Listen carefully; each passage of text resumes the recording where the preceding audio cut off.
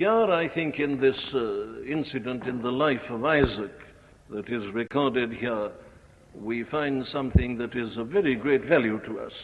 The picture, you see, is one of Isaac in trouble, in a difficulty. If you read the context, you will find that he had been living in another part of the country, and God had blessed him in a very striking manner, so much so that Isaac had become the object of envy of those who were living around and about him, and they had forced him to move.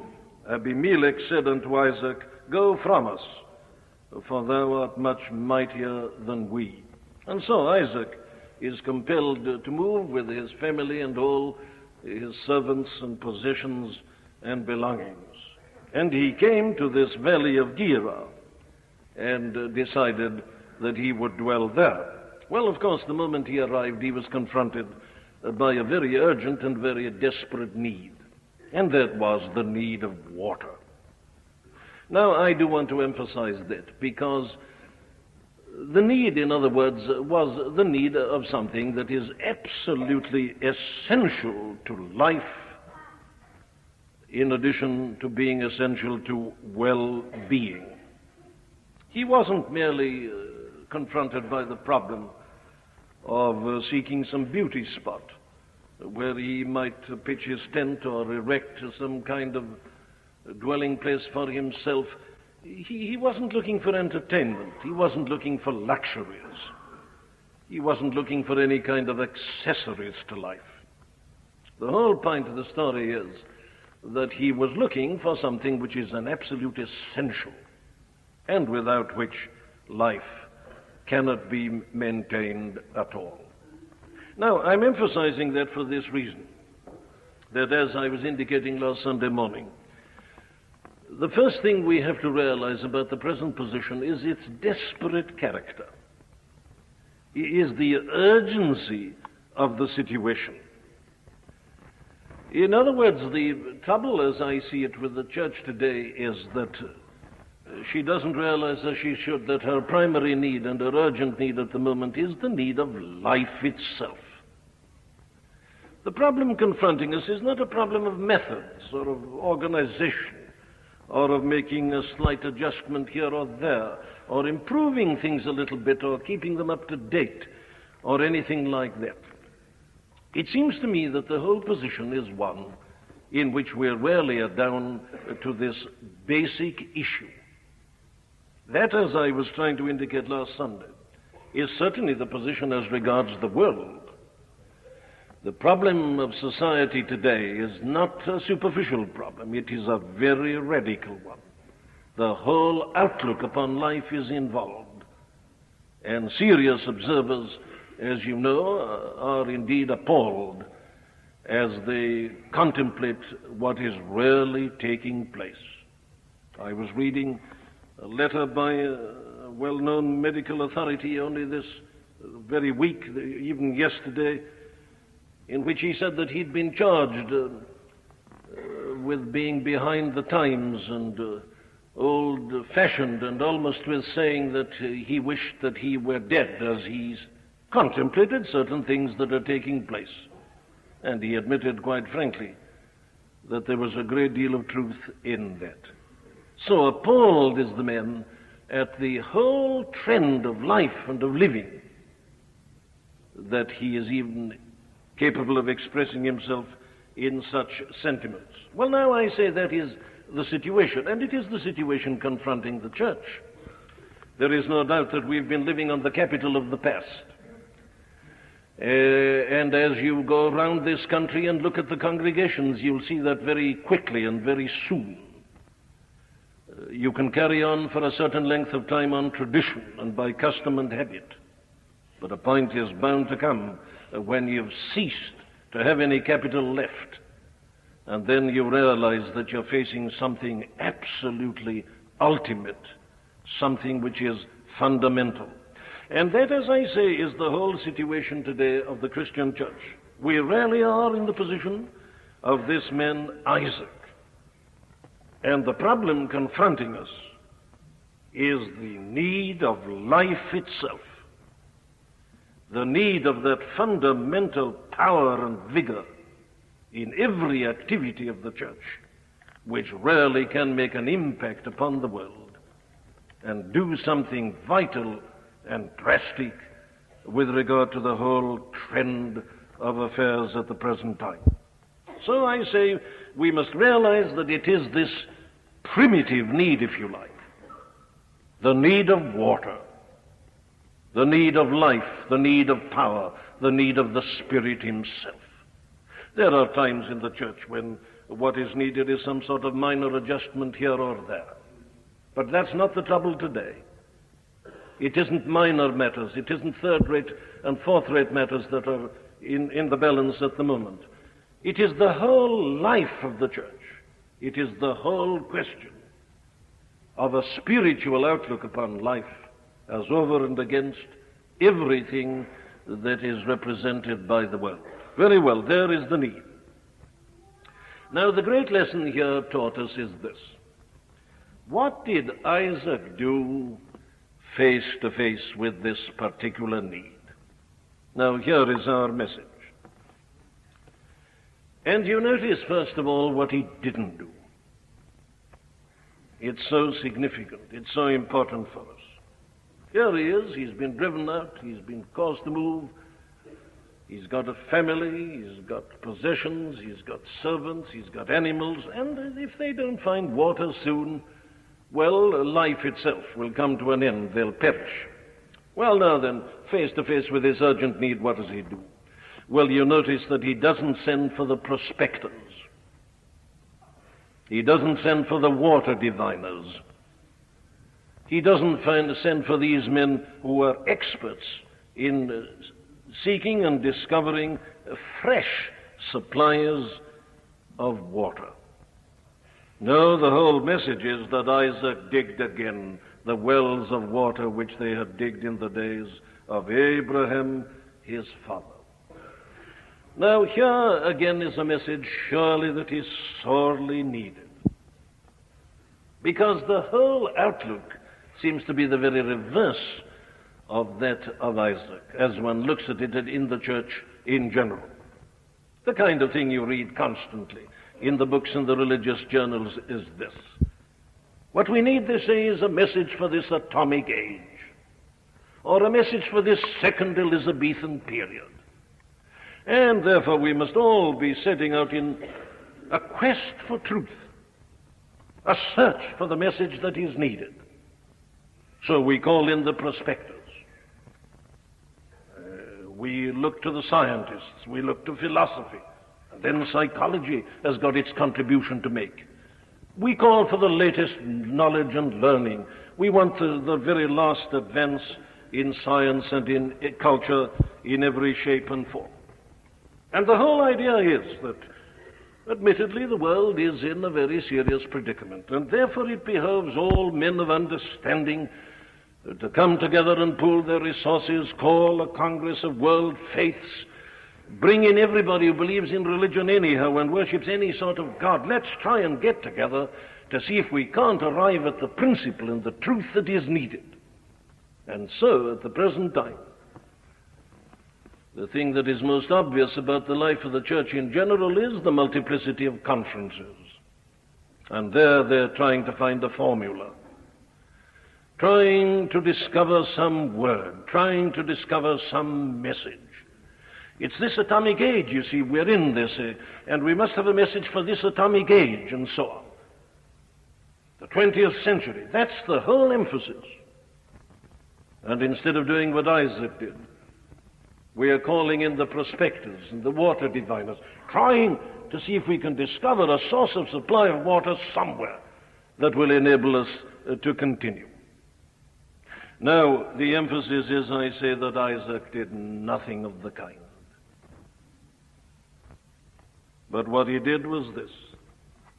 Isaac digged again the wells of water which they had digged in the days of Abraham, his father.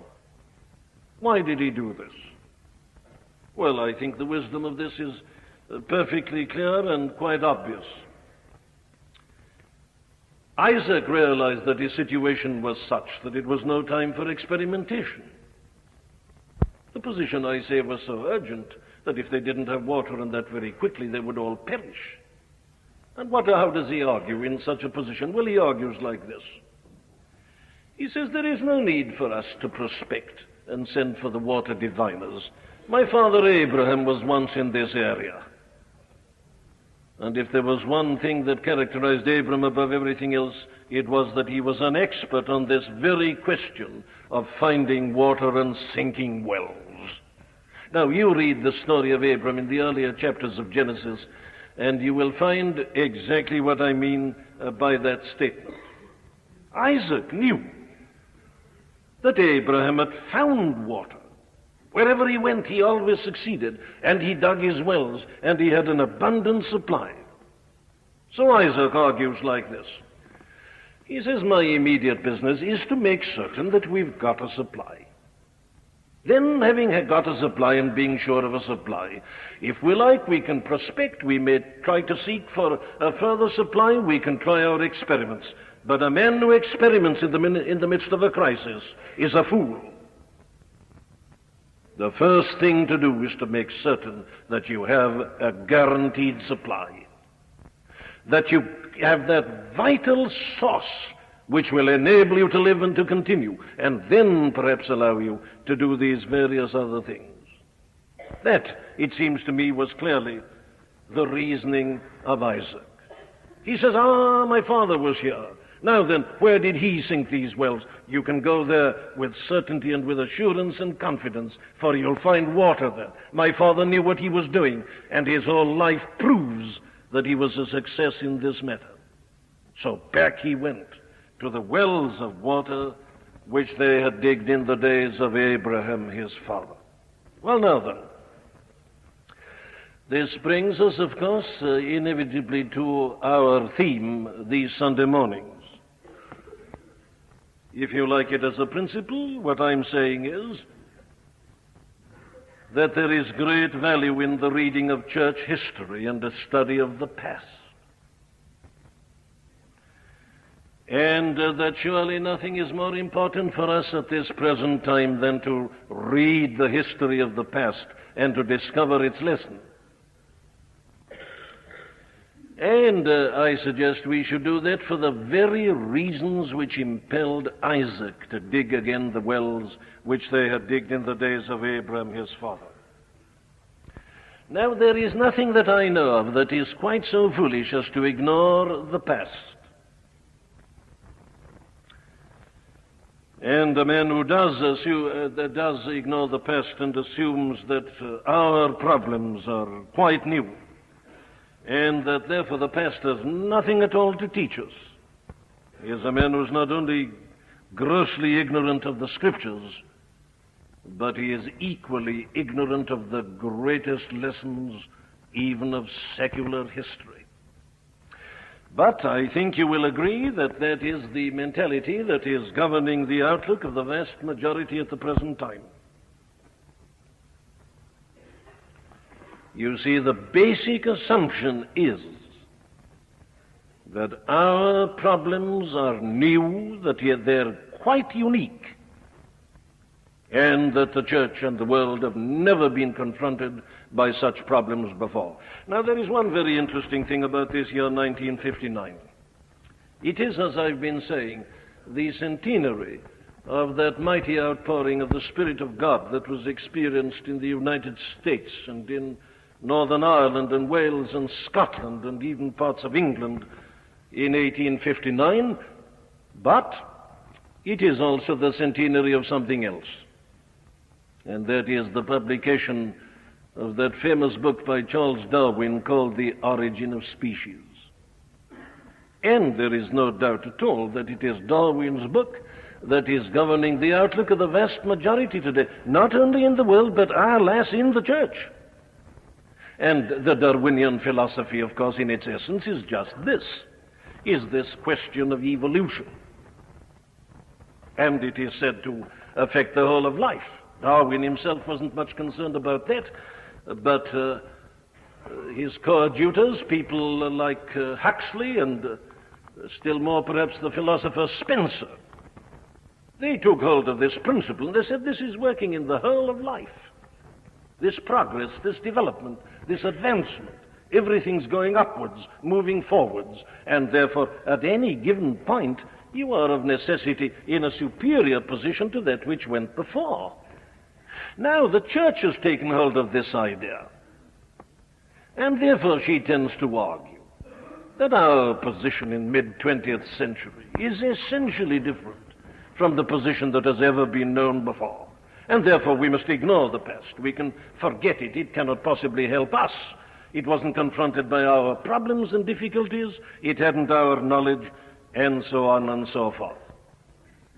So the whole outlook and mentality today is one which is opposed to going back to digging again the wells which they had digged in the days of Abraham, his father. No, they say, the position is quite new.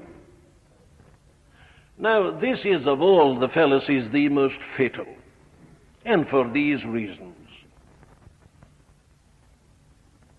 God is still the same. There is no difference in God as between today and 100 years ago. Indeed, God is the same today as he was 1,000 years ago and 2,000 years ago and way back 6,000 years ago in the time of Abraham. God is from everlasting to everlasting. He doesn't change at all. But not only is that true, it is equally true to say that man is still the same. You see, if it could be established that God is somehow different and that man is somehow different, I'd be ready to listen to this argument that assumes that our problems are unique and that therefore we mustn't look back.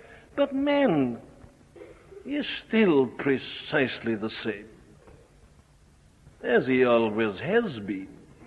It is to me almost incredible and incomprehensible that anybody who has ever read the Bible at all, or indeed even human history, could possibly dispute this, even for a second. What superficial thinkers we are. We are assuming that because men can ride in an aeroplane and split the atom, that he's somehow different from his forefathers who couldn't do that. But that isn't man. Man himself you discover by looking into how he thinks, what he really is interested in, how he reacts.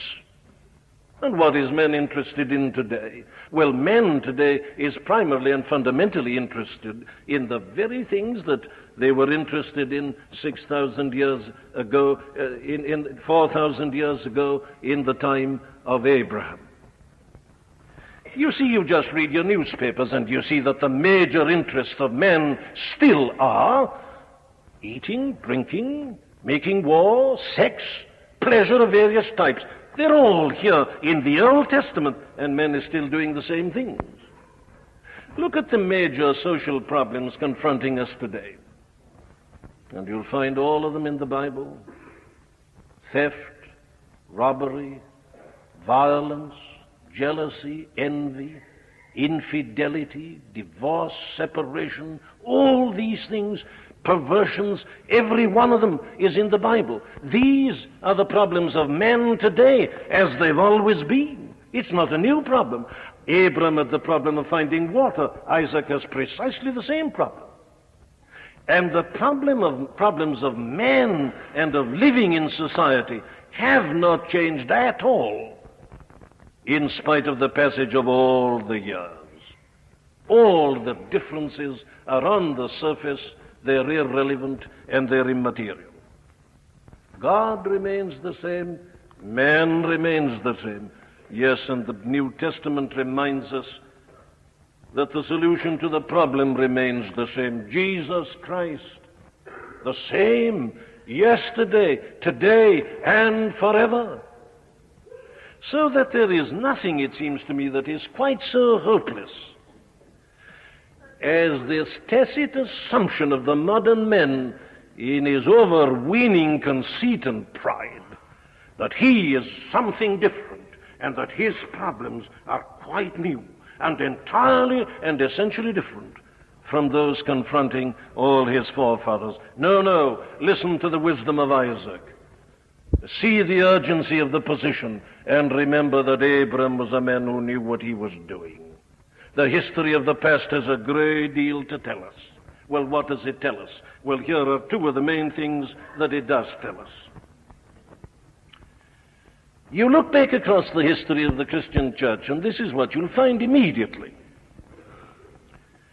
That the story of the church has not been a straight line, a level record of achievement. It hasn't been that at all. The history of the church has been a history of ups and downs and ups and downs. It's there on the very surface. You go back into the history of the past and you'll find that there have been periods in the history of the church when she has been full of life and vigor and power. The very statistics prove that. People crowded to the house of God. The attendance upon public worship manifested it.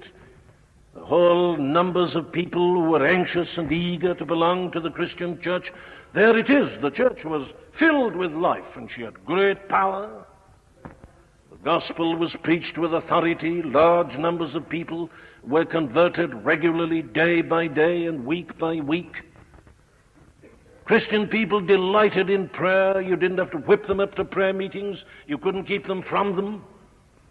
They didn't want to go home. They'd stay all night praying. The whole church was alive and full of power and of vigor and of might. And men and women were able to tell of rich experiences of the grace of God, visitations of His Spirit, a knowledge of the love of God that thrilled them and moved them and made them feel that it was more precious than the whole world. And as a consequence of all that, the whole life of the country affected and changed. Now, I could give you endless examples of this. But let me take one only, which is the most notable of all, and that is perhaps the evangelical awakening of 200 years ago. That is what happened then. And that is why your best secular historians are ready to admit and to agree that it was that evangelical awakening in the time of Whitefield and the Wesleys that probably saved this country from an experience such as they had in France in the French Revolution. Now, that's the opinion of secular historians. You see, the church was so filled with life and with power that the whole of society was affected. And the influence of that evangelical awakening upon the life of the last century is again something that is admitted freely by all who are aware of the facts. And indeed, the same thing happened 100 years ago in the revival to which I have been referring. And so it has happened in every revival. Well, now then, that is what you find when you go back. The church hasn't always been as she is now. You've seen these tremendous periods of life and vigor and of power. Ah, yes, but what you notice also is this. And this is where it is so encouraging to go back into history. These glorious periods of revival and of reawakening have often followed periods of great drought, great deadness, apathy and lifelessness in the history of the church. Every one of them. As you find these great peaks, you will find the troughs. You will see that the church has many a time been as she is today, counting so little in the life of the world and of society, so lacking in life and vigor and power and witness and all that accompanies it.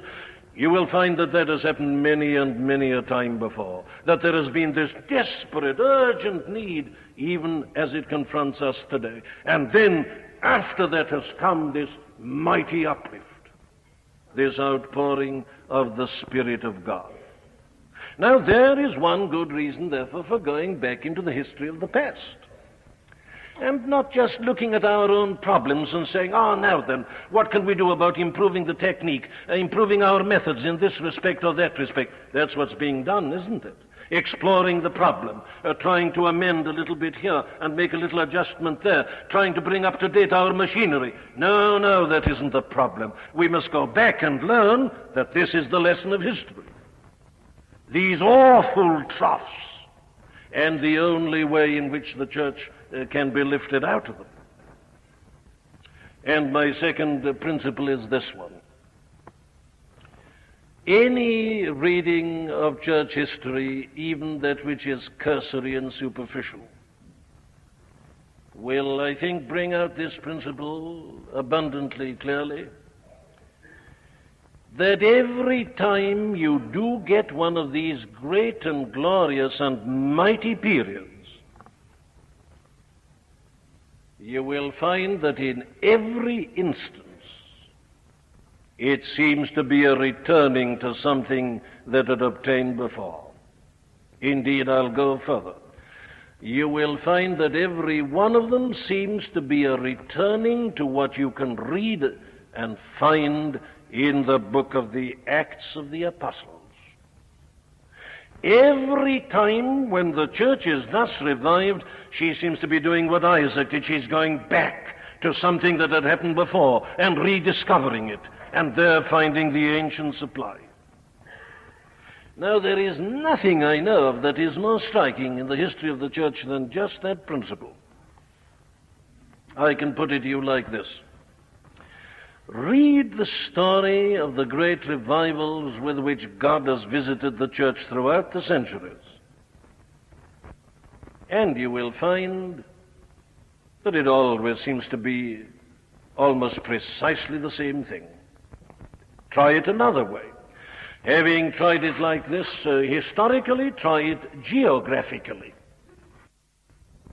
Read the stories of revivals in England, Great Britain, America, Africa, China, Korea, Manchuria, India, doesn't matter where you go. Any part of the world you may like to choose. It doesn't matter where you are nor when you're there. You will find that every time what has happened and what is happening seems to be an exact repetition of what has always happened at such times and on such occasions. Now, this is surely something that we cannot afford to ignore. In our desperate need at the present time, in this urgent need of life and power, this water without which we can achieve nothing and cannot even exist, here is a great record and testimony that comes to us from the past. God has dealt with such occasions in ages past, and He's still the same. There is a supply available, if only we go to it and go for it. That's the message. Well, now then, that brings me to my next principle, which is this. Isaac, in his wisdom, decides to go back. He is going to make certain of a supply. So he commands his men to go to those old wells which had been digged by Abraham, his father. And back they go. So my next principle is this: what Isaac found. What did Isaac and his men find when they went back to the old wells? Well, they found this, that the Philistines had stopped them after the death of Abraham. You're told exactly the same thing in the 15th verse. For all the wells which his father's servants had digged in the days of Abraham his father, the Philistines had stopped them and filled them with earth. So that when they went back to these old wells, that is what they found. In other words, we can put it like this. They went back to the old wells, yes, and the water is still there in the old wells, but they couldn't see it. And the water wasn't available. The water is there, yes, but they can't see any sign of it. And They can't obtain it. They can't use it. Now here is a wonderful picture, isn't it? There, down in the depths, is that old, pristine supply of water. And here are men in a desperate need. They say, now, the water is there. But the problem is, how can we get hold of it? And what's happened here? What's gone wrong? Why aren't we seeing water? Why can't we put in our vessels and draw water? And the answer is that the Philistines had stopped the wells. They had filled them up with earth and with rubbish and refuse. So that though the water is there, it isn't available and it isn't visible. If there is one thing I want to stress and to impress more than anything else, it is this principle. My dear friends, there is only one explanation of the state of the Christian church today. It is the work of the Philistines. The water is there. Well, why don't we see it? Why are we not able to drink of it? The Philistines have been here, and they've filled the wells with the earth and the rubbish and the refuse. And that is the immediate matter confronting us.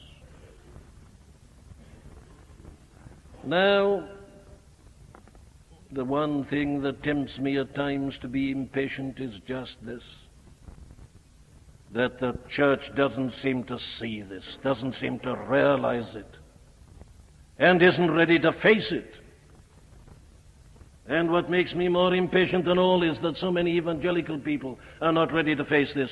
I'm not a controversialist, says a man. I like to preach a positive gospel. We must be kind and loving. We mustn't be critical in these times. The problem is so urgent. We must all stand together. If a man calls himself a Christian, let's all get under the same umbrella. Now, I say that as long as you indulge in that thinking and that kind of mentality, the problem will go from bad to worse. The cause of the problem is the work of the Philistines, and it's nothing but that. Let me emphasize this, therefore, by putting it like this. The troubles confronting the church today, the problem confronting her, is not the new circumstances in which we find ourselves. You see, that's what we're always being told, isn't it? Until we're all, I hope, sick and tired of it. The wireless, the television, the motor car, and all the things that are being offered to the modern man. There, we are told, is the problem. The church has never had such a battle to fight in her life. All these things that draw people away. There's the problem of the church. And we are such experts on these things, aren't we? And they're all completely irrelevant. Every one of them. And I'll tell you why. In different forms, those things have always been there. Always. Now, that is where you see it's so important to read history. Before that evangelical awakening of 200 years ago, the churches were as empty as they are today, perhaps even more so. And they couldn't get the people to come to listen to the preaching of the gospel. Why? Well, they were interested in other things. But you said they hadn't got televisions. I know. But you know, they greatly enjoyed cockfighting. They greatly enjoyed card playing. They greatly enjoyed gambling. They greatly enjoyed drinking. The world has never been at a loss to find an excuse not to go to church and to listen to the preaching of the gospel. The thinking of today is so monstrously superficial. Because there's a change in the form of the pleasure, we think that the whole situation is new, and we talk about this problem of the 20th century and all the things that are against us. Hell and the devil have always been against the church. The world has always hated the message and has never been short of an excuse to avoid it. There is nothing in that argument at all. Ah, but wait a minute, says somebody. What about the new knowledge? Perhaps you're right in what you say about the sins of 200 years ago and 4,000 years ago, but my dear sir, what about the new knowledge? Here's our problem. Here is this peculiar something that applies only to the 20th century. You know, an act was passed in 1870 giving popular education. And if you ignore that, well, you're going to fly in the face of facts. Everybody's educated now. And everybody's got learning. And you see, they're listening to these great men lecturing about science and about the atom.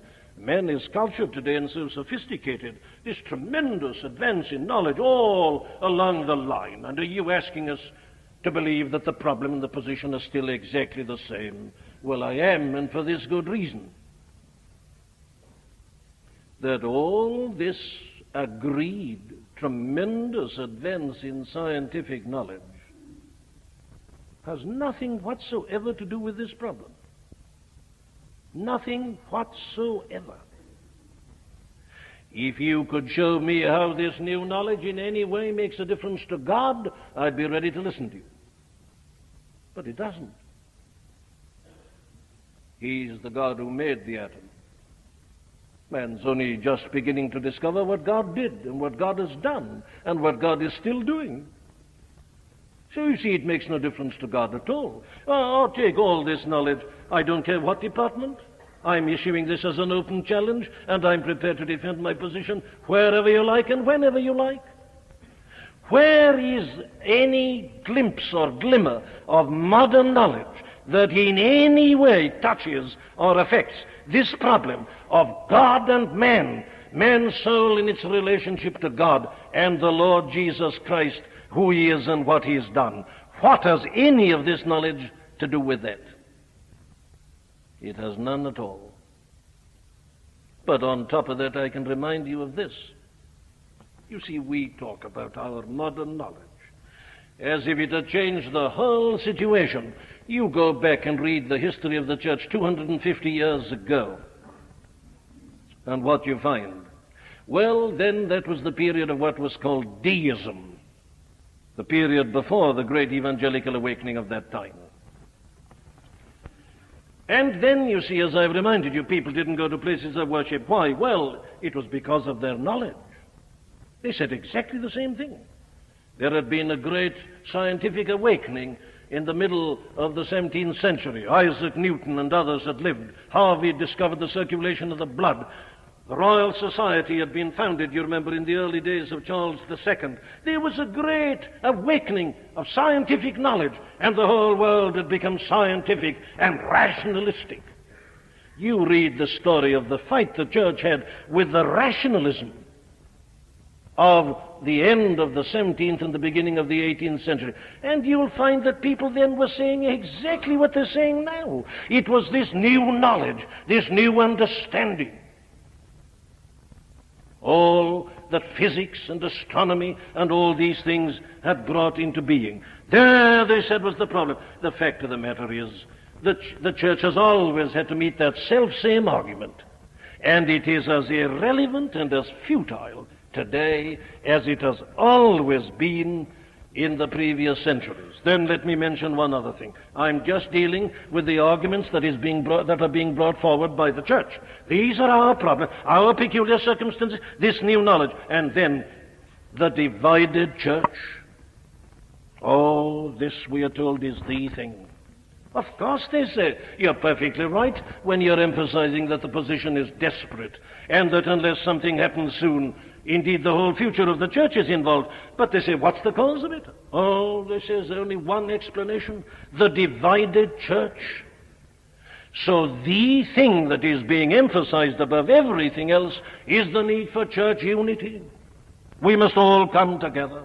We must all be one in a great organization. Then we'll be able to confront the divided church. They say you'll never get blessing while the church is divided. You cannot evangelize while the church is divided. Those are their statements. What is the answer? Well, it's all in church history. You see, they don't read it. And if they read it, they forget it. They're so blinded by the prejudice that they deny blatant facts. What are the facts? They are these: that in the past, even when the church has been acutely divided, more so than she is today, God has sent revival. Great blessing has been experienced. There were endless divisions in the church 100 years ago in America and in Northern Ireland. They were divided up into the same denominations as today, and even more so. Yet, though that was the fact, God sent His blessing and poured out His Spirit. It is a lie to say that the division of the church is the one cause of a lack of blessing. It isn't that. Because the history shows this very plainly, that God sends this blessing even when the church is divided, and that the coming of the revival has two main effects. One, that it blesses all the denominations practically, irrespective of their divisions, and for the time being brings them together in a marvelous unity. There has never been anything that has so promoted spiritual unity as revival. But a revival also invariably has another effect. And that is that it creates a new and a fresh division. Division. And why does it do so? It does so for this reason. Those who have experienced the blessing and the power of God are naturally one, and they come together. There are others who dislike it all, and who criticize it all, and who condemn it all, and who are outside it all, and the division comes in.